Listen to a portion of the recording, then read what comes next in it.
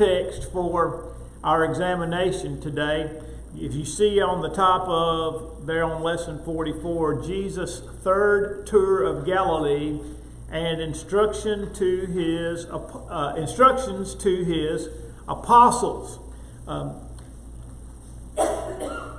This is the introductory text to the what's called the limited commission. We're going to study that phrase, even though it's not found in the biblical text. We are going to look at it because it is an accurate descriptive phrase of what's going on in chapter 10. This is called Jesus' third tour of Galilee. Just by way of reminder, Galilee was quite a ways to the north of Jerusalem and Judea. In fact, it was on the north side of the area known as Samaria. From north to south, it would be Galilee, Samaria, and then Judea. Galilee is where Jesus made his home, and it is where he did a large amount of his preaching. In fact, the very first sermon that we have from our Lord in Matthew 5, 6, and 7, it's not his first sermon, it's just the first one we have recorded, called the Sermon on the Mount. That sermon is premised, the premise or the background of that sermon is found in Matthew 4 and verse 23. Now, Matthew 4:23 is going to sound familiar when we read Matthew 9:35, but this is Matthew 4, and the lead up to the Sermon on the Mount is, "And Jesus went about all Galilee, teaching in their synagogues and preaching the gospel of the kingdom and healing all kinds of sickness and all kinds of disease among the people." And so there's his first tour of Galilee that leads to the Sermon on the Mount. Then there's the second tour of Galilee that we've studied in some detail in weeks past. Now the third and final tour of Galilee before Jesus makes his way to Judea, Jerusalem specifically, where he is going to do the last bit of his teaching and ministry, where ultimately he will be crucified. And so we're looking at this from a historical and chronological viewpoint. Now, the overall point or theme of this lesson is the limited commission. You look there in the second paragraph under the introduction. It says, "If I asked you to organize a mission effort to some part of the country that needed it, where would you begin and where would you start?" And that's what we're going to be talking about today. We're looking at the end of the Galilean ministry, and look at verse number 35. Let's just start there. You remember what I said about Matthew 4:23? Jesus went about all Galilee, teaching in their synagogues and preaching the gospel of the kingdom. And what do we find here in chapter 9:35? "And Jesus went about all the cities and villages, teaching in their synagogues, preaching the gospel of the kingdom, and healing every sickness and every disease among the people." Almost word for word. How we are introduced to Jesus in his public ministry in Matthew 4:23. Here we are in Matthew 9:35, and the exact same sequence is used to describe what Jesus is doing here. And I think there's probably a pattern. I don't think it's a necessary pattern, but I think it shows the pattern of how Jesus operated in the earliest half, in the first half of his earthly ministry. Is that he went and he taught in the synagogues.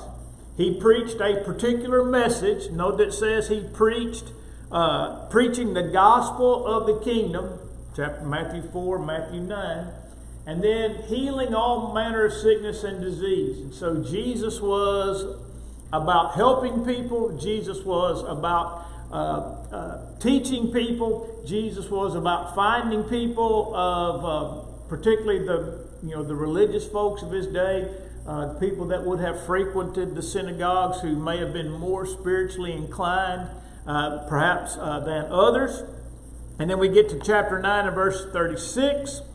It says, when he saw the multitudes, he was moved with compassion for them, because they were weary and scattered like sheep having no shepherd. Then he said to his disciples, the harvest is truly plentiful, but the laborers are few. Therefore pray the Lord of the harvest to send out laborers into his harvest. And so we have this introductory concern that Jesus has, is that the people of Galilee are following him in mass numbers, but they are like a sheep without a shepherd. And that's a pretty common picture in the first century. It says that in the first paragraph under the tour of Galilee, to be sheep without a shepherd would be that they would be without guidance, without nourishment, and without protection. You know, sheep are defenseless creatures. I mean, they have no natural defense. You know, they're not fast. You know, they don't have teeth. They don't have the kind of teeth that would be good, to defend themselves. They're not particularly strong, and so without a shepherd. And by the way, this also harkens back to the 23rd Psalm, when you see what the psalmist says about the Lord and what he does. The Lord is my shepherd, and then we look at the characteristics that are mentioned by David with regard to a shepherd. He leads me. He maketh me to lie down in green pastures. He leads me beside the still waters. Well, it was the job of the shepherd to lead the sheep where there was adequate food, and not just adequate food, but nourishing food.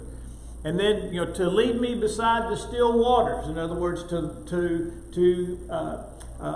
make me lie down in green pastures, lead me beside the still waters. There is the element of safety, for a sheep to be able to lie down, in peace, to have water. All these things were the job of the shepherd. And so Jesus describes these people as sheep having no shepherd. They don't have proper nourishment. They don't have proper guidance. They don't have proper protection. By the way, who would these people need to be protected from? By the way, there's no right or wrong answer to this, I don't think. It just,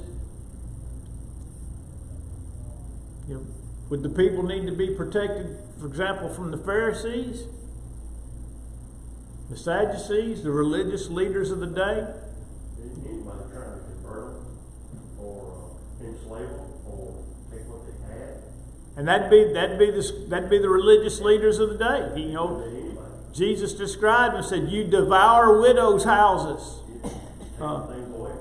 They were takers.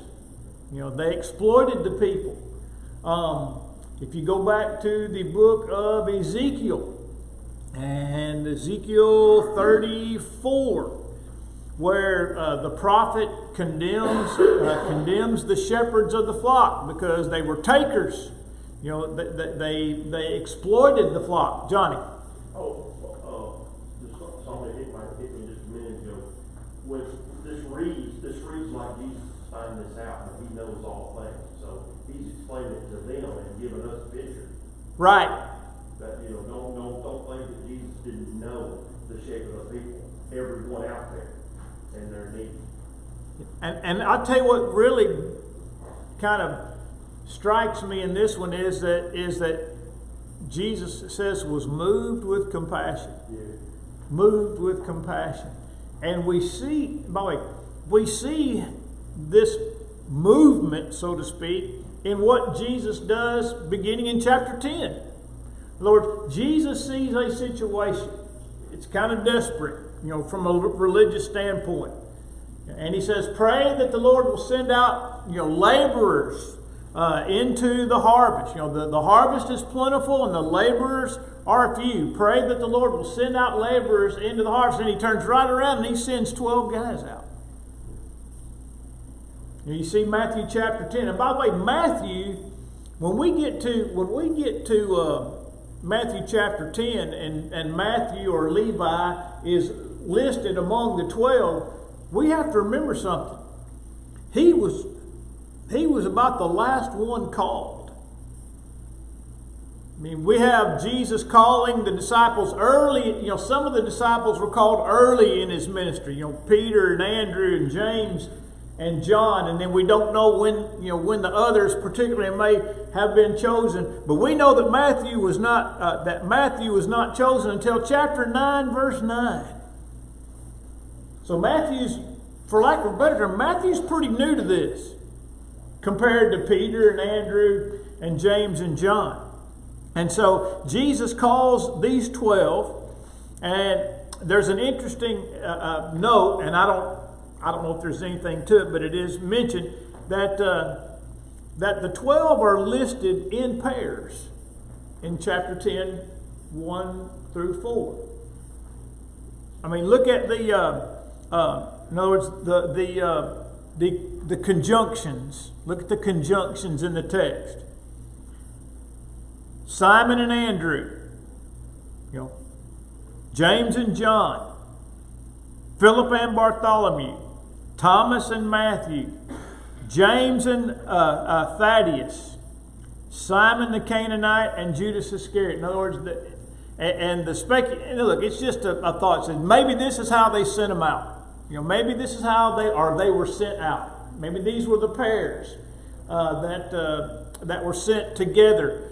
Of course, my hope was always that Matthew and Simon the Canaanite, or Simon Zelotes, had to go out together, because those were the two guys each on the far end of the political spectrum. Matthew worked for the Roman government, and Simon the Zealot hated the Roman government and all things associated therewith with every fiber of his being. And so my hope is those two guys got sent out together. Even if they didn't, it's a great thought. But the point is that Jesus, we think about the disciples being very much akin in their backgrounds and whatnot, but their thought processes were really different. Yeah, they were all Jews. They were all essentially, well, Matthew was from Nazareth. He was not even, he wasn't from Judah. Most of these guys are from Galilee. But even though they were all from, similar societal backgrounds, they had some pretty different life experiences and some pretty different ways of thinking, which shows us that Jesus can take people from one end to the other, and turn them into partners to accomplish a thing that is good. Now, in verse number 5, I want to read verses 5 through 15, and the reason I'm going to stop in verse 15, I'll explain in just a moment. It says, "These 12 Jesus sent out and commanded them, saying, Do not go into the way of the Gentiles, and do not enter a city of the Samaritans, but rather go to the lost sheep of the house of Israel. And as you go, preach, saying, The kingdom of heaven is at hand. Heal the sick, cleanse the lepers, raise the dead, cast out demons. Freely you have received, freely give. Provide neither gold nor silver nor copper in your money belts, nor bag for your journey, nor 2 tunics, nor sandals, nor staff, for a worker is worthy of his food. Now whatever city or town you enter, inquire who in it is worthy, and stay there till you go out. And when you go into a household, greet it. And if the household is worthy, let your peace come upon it. But if it is not worthy, let your peace return to you. And whoever will not receive you nor hear your words, when you depart from that house or city, shake off the dust from your feet. Assuredly I say to you, it will be more tolerable for the land of Sodom and Gomorrah in the day of judgment than for that city." By the way, that's not the only time Jesus is ever going to use this reference. It's more tolerable for Sodom and Gomorrah than for these. You'll find it again when we get to Matthew chapters 11 and 12. But this is called the limited commission, because it is limited to Jews only. Now, a commission is a commandment to go. It is authorization. In other words, the word commission can mean a lot of different things, but in this particular case, it is authority to go and do a thing, to be sent out for a specific purpose. And Jesus instructs these 12 men, don't go into the cities of the Gentiles. In other words, don't spend your time preaching to the Gentiles. Don't go to the Samaritans. Don't go to the Samaritans. Go only to the lost sheep of the house of Israel. And so that's why it's called the limited commission, which is in contrast to the Great Commission, which is found in Mark 16:15, which is go into all the world and preach the gospel to every creature. The Great Commission also not found in Scripture. The phrase Great Commission not found in Scripture, but it is found in principle. So this one's called the Limited Commission because it was only for the Jews, and the Great Commission is for all men. So now we have at the bottom of page 10, Jesus is preparing his apostles for this limited commission. Now there are a couple things there are a couple things in the lesson I really don't think are right, and it's speculative in nature. But my understanding of this text is that it is divided into two sections. That through verse 15 applies to the limited commission, and that everything from verses 16 and following is what to expect later on in the Great Commission. I mean, because the limited commission could not have been massive in its scope, number one, because they went out for a period of time and then they came right back to Jesus. Right? Then there was another commission that's found in Luke 10 where Jesus sent out 70. And it was also a limited commission. Same thing, only go to the house of Israel. So you have the first limited commission, which is 12 going out. Then you have a second limited commission where 70 are going out, which it almost seems like the 12 are preparing the way for the 70. They're preaching, and then there's going to be another group coming preaching afterward. But there's a lot in verses 16 through 42 that lead me to believe that it doesn't have anything to do with what they're doing right now, because you have a transition statement in verse 16. Behold, I send you as sheep in the midst of wolves. And then he starts talking about some things that in all likelihood could not have happened on the limited commission. Would not have happened in limited commission. And I'll talk about those as we get a little bit further into the lesson. But toward the bottom of page 10, looking at this organization for this mission, or the preparation, it says, first of all, he organized his apostles. Mark 6 and verse 7 says he divided them in groups of 2. The list of apostles given in Matthew 10 is grouped in pairs, which is, again, maybe how he sent them out. The question is, why would Christ send these men out in pairs? And there's a lot of good reasons to send people out 2 by 2. One is to have 2 witnesses. What was the Jewish law? When somebody says a thing, there have to be 2 or 3 witnesses, right? Is that correct or not correct? Check or not? All right, so it is correct. So one man simply going out on his own and making certain proclamations wouldn't, in the mind of a Jewish individual, carry a lot of weight. But if there are 2 men that are testifying to the same thing, then it lends credence and weight to their message. That's one thing. Number 2, it's a whole lot better to go 2 by 2 than to go one by himself. I'll just give you an example of this. Billy and I went to Kenya in 2009 or 2011. Whichever one it was. We went to Liberia in one of those years, in Kenya the other. I think we went to Kenya in 2009.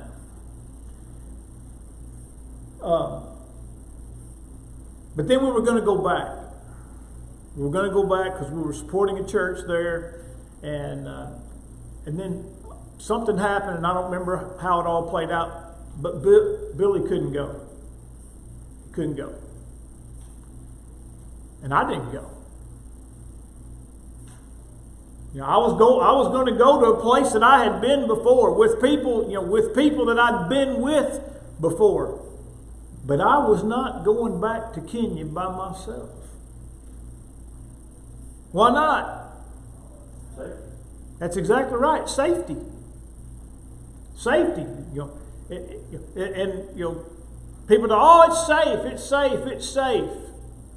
Well, it's not safe. Now, I'm not going to go into the details of two different incidents, but one of the incidents about how safe it was some Muslims went into a shopping mall in Kenya about the time we were supposed to be there and shot 42 people.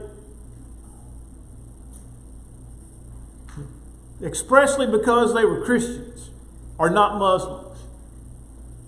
Now, not that I would have been in that mall, but that gives you but that tells you the environment that I would have been going into. And by the way, that environment would have been bad even if there had been two of us, right?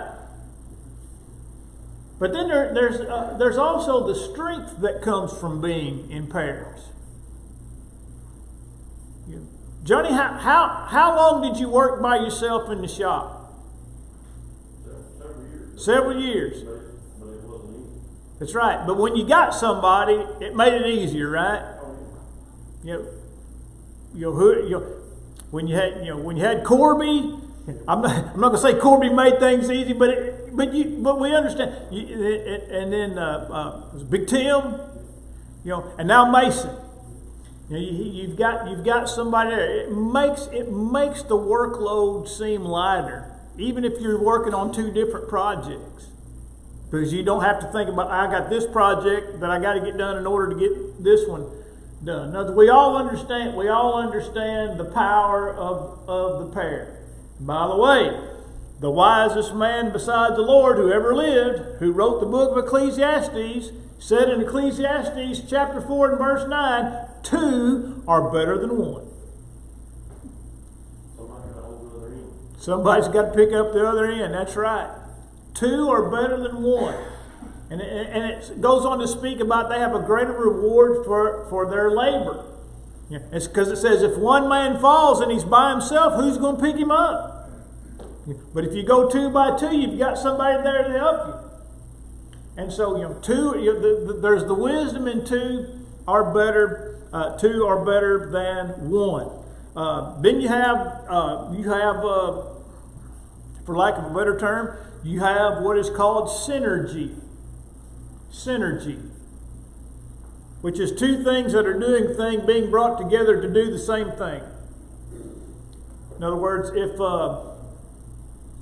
I was going to dig a trench and I needed it 2 foot wide and 10 foot long and 2 foot deep, let's just say I could dig it in X amount of time. But if I had somebody about my equal digging with me, we could dig it in less than half the time. Even though it's just 2, even though you're doubling the number of workers, but you more than halve the amount of time that it gets. That I was going to say Drew, but Drew can probably dig a lot better than I can. Drew probably just go get a tractor and dig it, so he ain't gonna, not going to put a shovel in there. But you understand the principle of 2 people working together can get more done than the 2 working separately. There's also the synergy works also in the matter of when you consider what they were doing, which is going out and preaching the gospel of the kingdom. When you put 2 minds together, I had a situation recently where I was going to go into a meeting with a couple of guys, And everybody that I talked to said, don't go by yourself. Not because there's any physical danger, okay? Not anything akin to that. But it was going to be probably a pretty entailed religious discussion and a discussion of facts and strategy. And everybody told me, don't go by yourself. And I'm like, why not? And they said, because there's two brains working on the other side of the table and only one working on your side of the table. Now, I went by myself. And it didn't go badly for me. Not because I had twice the brain power of the other two guys on the other side of the table. It's because of the way the conversation went. But if it had been a polemic discussion, like we're going to sit down and we're going to hammer out some problems that are involved, then I would have probably needed another head to go with mine. Because we all don't think alike, right? For example, if you've ever seen or read a debate, you have the person who's doing the debate, and then that person always has somebody sitting at the table with them. I don't know if you're familiar with how debates work. I'm not talking like presidential debates. Those aren't even debates. Those are sound clips. But if you're going to have a religious discussion, there's only going to be two people that speak, but there's going to be guys at the table. Why? Because they're going to hear things that the speaker didn't hear. They're going to think of a thing that the speaker didn't think of. So now you got sending these guys out 2 by 2. Well, what happens when one of them gets challenged about a thing? What if he's by himself? If he's speaking to 2 people and he's speaking by himself, human wisdom says if the 2 people agree against the one, it doesn't matter if the one is right or not. He got outvoted 2-1. It's just the way it works. It's just the way we think. And so there's wisdom in sending these men out 2 by 2. In order for them to have more than twice the brain power, if we might speak to such. And then the bottom of page 10 it says, Christ may also have made assignments regarding where they were to preach. The Bible says they went to preach in their cities, to their cities. That may mean that each one went to wherever town it was that he was from. It could be a general thing, that they were Galileans, that they're all Galileans. But when we say Galilee, remember, when we're saying Galilee, we're talking like Marion County. You could all be from Marion County, but you could each be from a different town. Somebody could be from Ewan or Brilliant or wherever. And so it could mean they went to their individual cities, or it just might mean that they went out into Galilee and preached in those cities. Let's see here.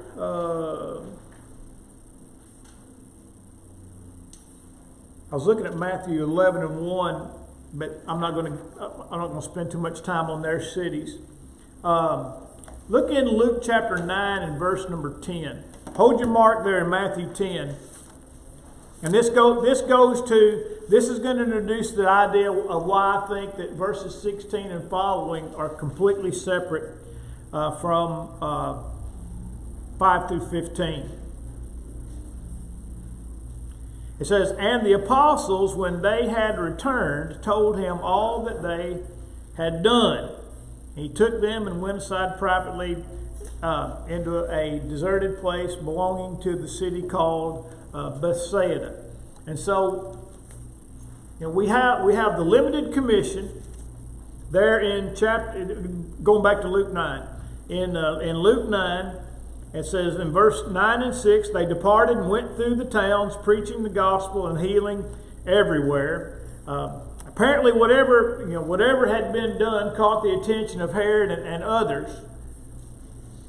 But it appears they were only gone a fairly short period of time. Now, short is like long. How long is a rope? What is a short period of time? Well, certainly less than a year. because of the historical record that we have for Jesus and his ministry. So they weren't gone. They weren't gone for a whole year. So maybe they were gone a month. Maybe they were gone 6 weeks, 8 weeks. But they hadn't been. They weren't gone a long time, because the biblical record just doesn't allow for that extended time away. So, but he gave them their assignments. Top of page 11. He instructed them. He told them what to do. Back to our text. Do not go into the way of the Gentiles. Do not enter a city of the Samaritans, but rather go to the lost sheep of the house of Israel, and as you go, preach, saying, the kingdom of heaven is at hand. Heal the sick, cleanse the lepers, raise the dead, cast out demons. Freely you have received, freely give. And so he gave them instructions. He told them where to go. He told them where not to go. But also, it's not in the book, or not in the lesson, but he also told them what to preach. He gave them a specific message. He told them where to go. He told them what to preach, and he told them what to do, and then he told them why. Maybe we missed this line, freely you have received, freely give. Now he's talking about the exercise of the miraculous in this particular case. But there has to be a lesson for us as well, right? Number one, we've been given instructions, just like the apostles. He's told us what to do. He's told us to go. He's told us what to preach, which is the gospel. He's told us that as we do these things, that we're to serve other people. I mean, hasn't Jesus called us to serve others, to be servants to all men? The Bible tells us, not in the words of Christ, but in other places, as you have therefore opportunity, let us do good to all men, but especially those of the household of faith. Galatians 6 and verse 9. Jesus exemplified and commanded the servant heart among all of his disciples. And then he told them, and this I'm going to stop right here, because this is the last section of text that deals with the first 10 verses in verses 5 through 15. He told them what to take. They were to only take the essentials, and they were to utilize the hospitality of those they stayed with on their trip. Why not take a bag or other items with them? Well, it says maybe it's because of the urgency of the tour. I don't think that's what it is. I think it's to show. I think it's the last line is right, to show dependence on God.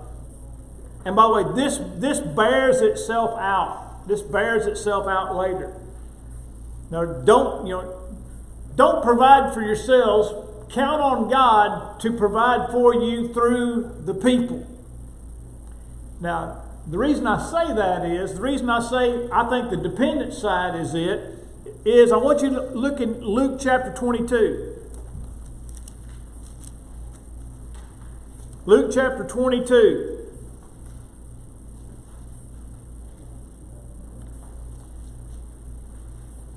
And look at verse 35.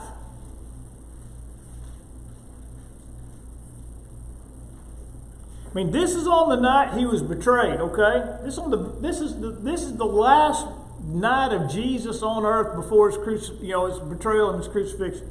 He says, "When I sent you without money bag, knapsack, and sandals, did you lack anything?" And they said what?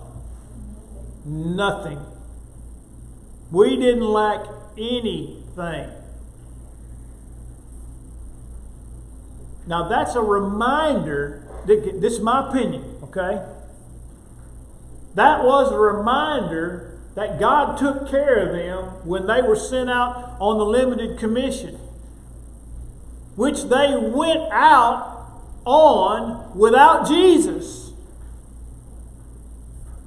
They didn't carry Jesus with them on the limited commission.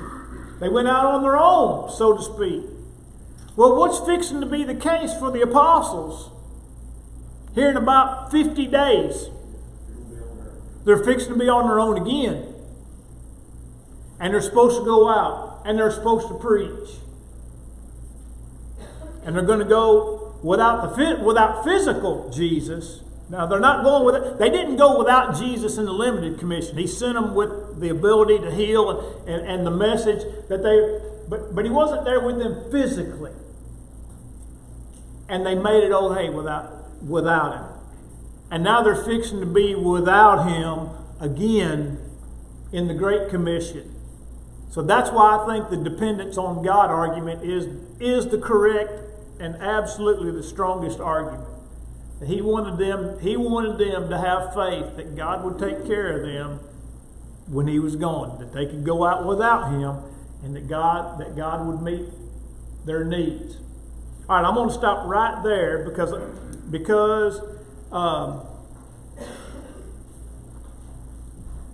I think there's a transition in verse 15. I know the next part of the lesson is verse 11.